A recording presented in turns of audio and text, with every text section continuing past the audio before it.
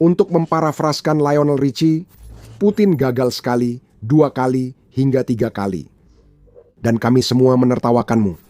Itu menurut Presiden Prancis, Emmanuel Macron, yang menyebut Putin sebagai kegagalan 3 kali lipat karena keputusan bodoh yang dia buat yang telah menempatkan Rusia di ambang kehancuran. Untuk menambah penghinaan, Macron melangkah lebih jauh dengan memberi pukulan telak pada Putin, mempersenjatai Ukraina agar siap menuntaskan invasi Putin yang gagal total itu. Macron mengungkapkan semuanya secara terbuka dalam unggahan di X yang menandai peringatan 4 tahun invasi gagal Putin, di mana dia mengatakan, perang ini adalah kegagalan 3 kali lipat bagi Rusia, militer, ekonomi, dan strategis. Macron tidak salah, dan saat kita melanjutkan video ini, kita akan mengungkap seberapa parah kegagalan Rusia di ketiga bidang tersebut. Tapi untuk sekarang, mari kita mulai dengan kegagalan pertama, yaitu secara militer. Macron merangkum situasi militer Rusia lewat kutipan tajam yang menyoroti inti invasi Putin ke Ukraina. Lebih dari 1,2 juta tentara Rusia telah terluka atau tewas. Jumlah korban tempur Rusia tertinggi sejak Perang Dunia Kedua. Dia menyatakan di X, menambahkan Rusia kini merekrut orang Afrika banyak di antaranya tanpa pelatihan militer, agar dia mempertahankan ilusi keunggulan personel Rusia di Ukraina. Yang kita lihat adalah keputusasaan Putin, perekrutan tentara Afrika ini punya makna lebih dalam. Menurut Atlantic Council pada 19 Februari, Rusia telah merekrut sekitar 20.000 yang disebut tentara dari berbagai negara sejak Putin memulai invasi.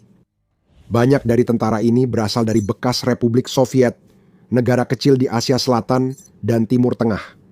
Namun, semakin banyak yang datang dari benua Afrika karena Putin berupaya menipu masyarakat Afrika agar berperang demi ambisinya dengan alasan Rusia membantu negara mereka. Lebih dari 1.400 warga negara Afrika kini bertugas di tentara Rusia, meski sekitar 1/5-nya dilaporkan tewas. Mereka yang terjebak umpan Kremlin akhirnya bertugas dengan tentara Rusia dan diperlakukan seperti anjing yang disiksa. Tentara Afrika Rusia, dan kemungkinan juga berlaku untuk semua perekrutan asing di negara itu, diberi label sebagai barang sekali pakai, menurut laporan Atlantic Council yang menunjukkan bagaimana Rusia mencari umpan meriam dimanapun mereka bisa menemukannya. Bertambahnya perekrutan dari Afrika memicu kekhawatiran global. Namun Putin mungkin menganggap ini sebagai bukti kekuatan militer Rusia dan pengaruhnya yang mendalam ke negara lain. Tidak demikian. Rusia kini makin mengandalkan tentara asing karena kampanye militer gagal yang dipimpin Putin telah menewaskan banyak tentara Rusia. Sehingga Kremlin kesulitan menggantikan mereka yang tewas di mesin penggiling daging Ukraina. Macron benar saat menyebut invasi Putin gagal secara militer, terlihat dari kondisi perekrutan tentara Rusia sekarang. Sejak Putin memulai apa yang disebut operasi militer khusus, Rusia untuk pertama kalinya kehilangan lebih banyak tentara daripada yang direkrut. RBC Ukraine melaporkan pejabat barat menyebut Rusia kehilangan lebih banyak tentara di Ukraina dibanding yang bisa direkrut selama 3 bulan sebelum Februari. Ketika perekrutan Rusia selama bulan-bulan tersebut berada di antara 30.000 hingga 35.000 orang, itu memberi Anda gambaran seberapa besar kerugian Rusia di Ukraina menjelang akhir 2025 dan memasuki 2026. Putin sekarang begitu putus asa sehingga dia semakin dekat untuk dipaksa mengambil langkah yang tidak populer, yaitu memobilisasi Rusia untuk perang yang akan membuatnya mengorbankan dukungan politik demi impian kosong merebut Ukraina. Tapi kemungkinan besar dia harus melakukannya. Seperti yang dilaporkan Army Inform pada 21 Februari, Rusia telah meningkatkan pembayaran yang ditawarkan kepada sukarelawan yang menandatangani kontrak militer dari 1,5 juta rubel menjadi 4,5 juta rubel, yang berarti kenaikan dari sekitar $19.500 menjadi lebih dari $58.000. Rusia tidak melakukan ini karena mereka sedang bergelimang uang. Ingat, kegagalan kedua yang dicatat oleh Macron adalah ekonomi yang akan kita bahas sebentar lagi. Rusia menaikkan pembayaran karena putus asa, sebab sedikit orang yang mendaftar untuk perang yang strateginya hanya mengandalkan jumlah personel Rusia. Tambahkan semua ini dengan kerugian peralatan, yang menurut Kementerian Keuangan Ukraina berjumlah lebih dari 11.700 tank. hampir 800 pesawat dan helikopter, serta lebih dari 24.000 kendaraan lapis baja, dan masih banyak lagi, maka Anda hanya bisa sampai pada satu kesimpulan. Militer Rusia kini lebih lemah daripada sebelum Putin memulai perang. Prajurit Rusia kini hanyalah umpan meriam tak terlatih yang hanya bisa berlari ke arah yang ditunjuk komandan sebelum dihancurkan pertahanan Ukraina. Peralatan militer Rusia yang tersisa seringkali sangat kuno. Menurut Kementerian Keuangan Ukraina, Rusia telah menghabiskan lebih dari 124,6 miliar dolar untuk peralatan militer yang hilang di Ukraina.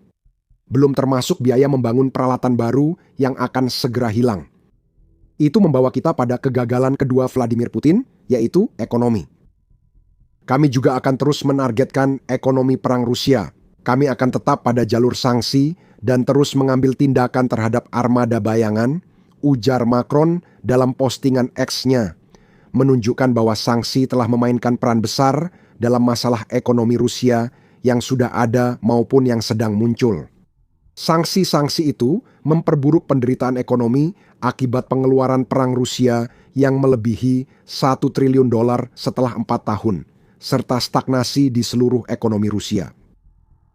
Kita akan membahas stagnasi itu sebentar lagi. Pertama, Rusia terus-menerus ditekan di bidang sanksi. Menurut Castellum, saat ini Rusia menjadi target 26.655 sanksi yang telah diterapkan sejak tahun 2014.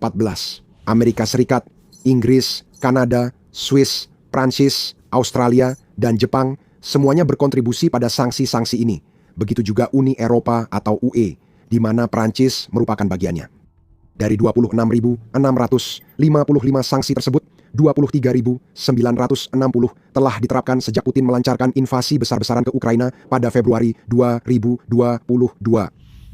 Sanksi-sanksi tersebut, bahkan ketika tidak ditegakkan sebaik mungkin, diperkirakan telah merugikan Rusia setidaknya 450 miliar dolar antara Februari 2022 hingga Juni 2025.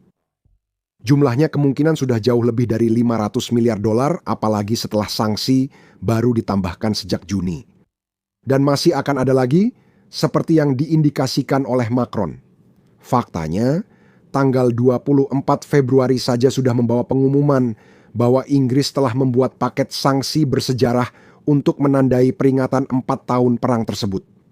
Hampir 300 sanksi baru telah diumumkan, termasuk yang menargetkan ekspor minyak Rusia, pendapatan energi, dan perusahaan pemasok peralatan militer untuk perang Putin. Sanksi-sanksi ini ditambah pengeluaran perang Rusia yang besar dan langkah lain seperti sanksi terbang Ukraina yang menghancurkan sektor minyak Rusia telah menciptakan kehancuran ekonomi di negara itu akibat kegagalan Putin. Seperti yang dilaporkan oleh Guardian pada 6 Februari, ekonomi Rusia secara resmi sedang stagnan. Setelah beberapa tahun, pertumbuhan yang hanya ada karena kompleks industri militer yang diciptakan Putin, produk domestik bruto atau PDB Rusia kini stagnan. Pertumbuhan PDB itu hanya 0,6% pada tahun 2025 dan bahkan perkiraan terbaik dari Dana Moneter Internasional memproyeksikan bahwa pertumbuhan PDB Rusia pada tahun 2026 hanya akan mencapai 0,8%. Dan itu tampaknya adalah skenario terbaik. Rusia juga tidak berada dalam posisi untuk membalikkan tren ini, setidaknya tidak dalam waktu dekat. Kita sudah menyebutkan bahwa negara itu mengalami lebih dari 1,2 juta korban di Ukraina, beserta dampaknya terhadap militer Rusia. Namun, kehilangan banyak orang ini terjadi saat Rusia mengalami krisis demografi, kekurangan tenaga kerja, dan makin bergantung pada pekerja migran, sehingga identitas Rusia dipertaruhkan demi invasi Putin di Ukraina. Menurut Dr. Marek Dubrovsky dari Bruegel kepada The Guardian, Rusia tidak punya potensi pertumbuhan cepat, apalagi dengan iklim bisnis yang dipengaruhi perang. Fokus utamanya di sini adalah demografi jangka panjang, dan hal itu tidak berubah. Tingkat inflasi Rusia secara konsisten jauh di atas yang dialami oleh zona Euro, Inggris, dan Asia Atos sejak akhir 2023, bahkan telah melebihi 10% selama beberapa bulan di tahun 2025. Rusia mencoba menutup kekurangan keuangannya dengan langkah-langkah jangka pendek dan merugikan, seperti menaikkan pajak perusahaan dari 20% menjadi 25% dan menaikkan pajak pertambahan nilai dari 20% menjadi 22%. Yang berarti Putin meneruskan beban kegagalannya kepada rakyatnya sendiri, karena Rusia menghasilkan pendapatan yang semakin sedikit di bawah tekanan sanksi. Putin tetap menghabiskan miliaran untuk perang yang bertahun-tahun tak memberi keuntungan strategis bagi Rusia. Itu membawa kita ke nasib ketiga, keruntuhan strategis Rusia. Sebelum membahasnya dan juga tamparan berbentuk bom dari Macron ke wajah Putin, Anda sedang menonton The Military Show. Masih banyak konten serupa, jadi pastikan Anda berlangganan jika analisis kami bermanfaat. Sekarang, dari sisi strategis, kita bisa membahas panjang lebar tentang bagaimana Rusia belum membuat kemajuan berarti di Ukraina, dan tentu saja tidak ada yang bisa dianggap mengubah jalannya perang selama lebih dari 3 tahun. Itu adalah kegagalan Putin, mungkin bisa dianggap sebagai kegagalan keempat sebagai bonus jika Anda mau, secara tersendiri. Namun, tuduhan Macron soal kegagalan ketiga Putin lebih terkait runtuhnya kekuatan geopolitik Rusia setelah invasi ke Ukraina. Mari kita simak penjelasan Macron. Hal itu justru memperkuat NATO, perluasan yang sebenarnya ingin dicegah oleh Rusia dan mempersatukan bangsa Eropa yang sebelumnya diharapkan akan dilemahkan. Ini juga memperlihatkan rapuhnya imperialisme dari zaman yang sudah lewat. Macron menyatakan setelah kejadian bahwa Ukraina adalah garis pertahanan pertama benua, sehingga Prancis dan Eropa mendukungnya. Penguatan NATO adalah kegagalan besar bagi Putin dari sisi strategis. Ini juga merupakan satu kegagalan dari trio Macron yang akan terus membekas di hati Putin lebih dari yang lain. Saat Putin menginvasi, ia memberi banyak alasan atas tindakannya.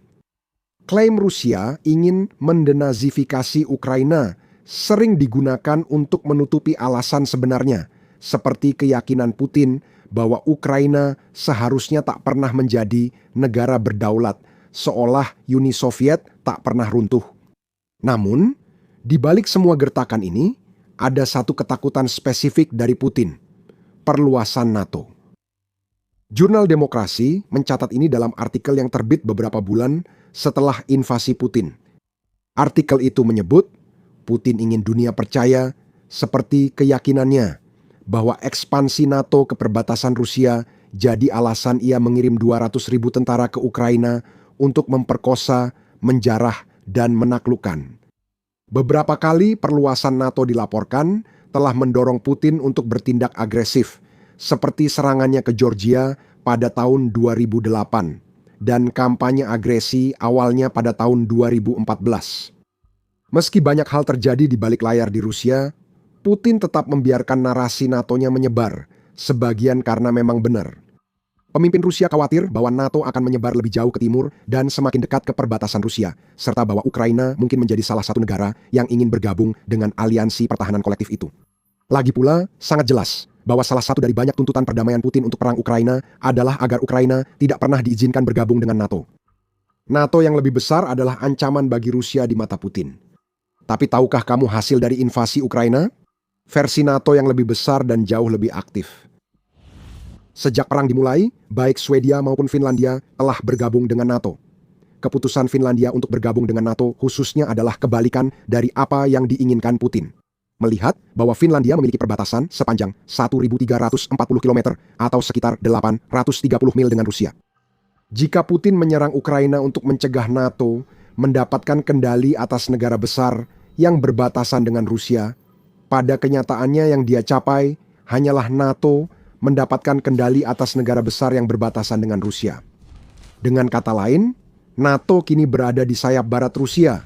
Artinya salah satu tujuan strategis utama Putin untuk apa yang disebut operasi militer khusus telah gagal. Dan selain menjadi lebih kuat dari segi keanggotaan, NATO juga menjadi jauh lebih berbahaya karena para anggotanya kini menyadari ancaman yang ditimbulkan oleh Putin, terutama di Eropa. Tidak ada seorang pun di NATO yang berpikir bahwa Putin akan berhenti di Ukraina dengan asumsi Rusia berhasil menang. Macron mengisyaratkan hal ini dengan menyebut Ukraina sebagai garis pertahanan pertama untuk seluruh Eropa. Karena ketakutan akan Putin yang akan terus maju, anggota-anggota NATO sekarang mengeluarkan lebih banyak anggaran untuk militer mereka dibandingkan sebelumnya. Beberapa tahun lalu, banyak anggota NATO Eropa mengalokasikan kurang dari 2% PDB untuk pertahanan. Kini, sebagian besar telah memenuhi atau melampaui pedoman NATO, dan lebih parah bagi Putin, pedoman itu telah berubah. NATO sekarang memberitahu anggotanya bahwa mereka seharusnya menghabiskan 5% dari PDB mereka untuk pertahanan dan biaya terkait pertahanan. Dan banyak yang berencana untuk melakukan hal itu. Anggota NATO berjanji pada KTT Juni 2025 untuk mencapai 5% pada 2035, artinya lebih dari 2 lusin negara membangun militer lebih kuat sebagai bagian dari organisasi pertahanan kolektif menghadapi Rusia. NATO sekarang sedang bersiap untuk menghadapi pertempuran di Kutub Utara, tambah Financial Times, dan kehadiran negara-negara Nordik sebagai bagian dari kelompok tersebut sangat membantu dalam hal itu. Ada wacana Uni Eropa membangun tembok drone di Eropa. Uni Eropa dan NATO punya 23 anggota yang sama, sehingga perang drone Uni Eropa akan menjadi perang drone NATO. Ini kisah horor NATO yang ditakuti Putin jadi nyata. Invasi Ukraina yang awalnya untuk mencegah hal itu terjadi justru menciptakan bab terakhirnya karena NATO kini lebih kuat di Eropa dibanding beberapa dekade terakhir. Itulah, lebih dari apapun, warisan yang akan Putin tinggalkan untuk Rusia. Selain melumpuhkan militer dan menghancurkan ekonomi negara, kegagalan ketiga Putin membuat Rusia terpuruk secara geopolitik karena semua opsi strategis sebelum Ukraina kini hilang. Sekarang, saat yang tepat membantu Ukraina memanfaatkan kegagalan Putin. Seperti yang sudah disampaikan, Prancis telah memutuskan melakukan itu. Saat Macron mengungkap 3 kegagalan Putin di perang Ukraina kepada dunia, Prancis melakukan langkah yang memungkinkan Ukraina menyerang Rusia lebih keras dari sebelumnya. Palu telah dijatuhkan. Secara khusus, ASM Hammer yang kini tiba di Ukraina dalam jumlah rekor, sesuatu yang tidak pernah dibayangkan Putin akan ia lihat. Pada 25 Februari RBC Ukraina melaporkan bahwa Prancis telah menyelesaikan pengiriman paket rekor perlengkapan bom terpandu ASM Hammer ke Ukraina. Perlengkapan ini kompatibel dengan berbagai pesawat yang dimiliki Ukraina dalam persenjataannya, termasuk F-16 Mirage 2000 dan MiG-29 serta jet tempur Rafale, di mana Ukraina telah menandatangani kesepakatan untuk memperoleh hingga 100 unit. Informasi yang masih kurang dari laporan ini juga dari Kementerian Pertahanan Ukraina adalah makna sebenarnya dari paket rekor itu dalam jumlah murni. Namun kita bisa berspekulasi. Misalnya, kita tahu bahwa Prancis meningkatkan produksi bom ASM Hammer sebesar 30% pada tahun 2025 seperti yang dilaporkan oleh media United 24. Itu berarti Prancis membangun 1080 unit pada tahun 2025 dibandingkan dengan 830 unit pada tahun sebelumnya. Kita tahu Prancis resmi berkomitmen mengirim 50 kit bom ASM Hammer ke Ukraina tiap bulan. Mungkin itu bagian dari paket pemecah rekor. Pengiriman bulanan pertama kemungkinan tiba Januari sebagai awal tahun ketika Prancis akan mengirimkan ke Ukraina 600 dari 1000 lebih ASM Hammer yang sedang diproduksinya. ASM Hammer adalah hal terakhir yang ingin Putin lihat di jet tempur Ukraina, berapapun jumlahnya. Perlengkapan bom khusus ini memungkinkan Ukraina mengubah bom bodoh seberat 250, 500, atau 1000 kg, atau 551, 1102, atau 2204 pon menjadi bom presisi. Bom itu dapat diluncurkan dari jarak sekitar 70 km atau 43,4 mil dari target. ASM Hammer memberi Ukraina kemampuan menyerang Rusia dari jauh di belakang garis pertempuran. Artinya, Prancis telah memberikan senjata yang memungkinkan Ukraina menghancurkan wilayah belakang Rusia tanpa takut dibalas. ASM Hammer dari Prancis juga akan menambah persenjataan bom berpemandu yang terus berkembang dan sedang dikembangkan secara domestik oleh Ukraina. Pada Juni 2025 media United 24 melaporkan Ukraina memperkenalkan sistem bom luncur sendiri mirip dengan kit Universal Planning and Correction Module yang digunakan Rusia untuk membuat ribuan bom luncur menghantam kota dan infrastruktur Ukraina.